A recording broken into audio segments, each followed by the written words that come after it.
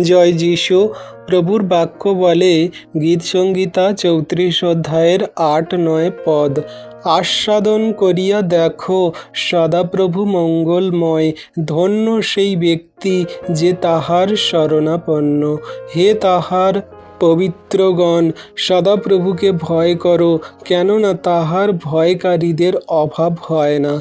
Amen. তাহলে বিশ্বাসী সন্তানরা দেখো কেমন সুন্দর বাক্য আমাদের মনকে শান্ত করছে। কি বলছে? আস্বাদন করিয়া দেখো। জগতের মাঝে কেউ এমন করে বলবে না যে আমাকে তুমি আস্বাদন করে দেখো। আস্বাদন মানে আমরা বুঝতে পারছি আমাকে তুমি খেয়ে দেখো, আমাকে তুমি চেখে দেখো, আমাকে তুমি মেখে দেখো, আমাকে তুমি তোমার মধ্যে ধারণ করে দেখো আমি কতটা মঙ্গলময়, আমি কতটা দয়ালু, আমি কতটা কৃপাময়, প্রেমময়। আমার মধ্যে কেমন সেই সমস্ত মানুষের প্রতি, এই জগন্নিবাসীর প্রতি, বিশ্ব ব্রহ্মাণ্ডের সমস্ত সৃষ্টির প্রতি কত করুণা আছে, কত প্রেম আছে। তোমরা আমাকে আস্বাদন করে দেখো, তোমরা আমাকে চেখে দেখো। যেমন করে আমরা স্বাদ নিই, খাবার খাই, সমস্ত কিছু চেখে দেখি, আমাদের জিভে ভালো লাগে, স্বাদ লাগে, তেমন করে আমরা যদি সত্যময় ঈশ্বরকে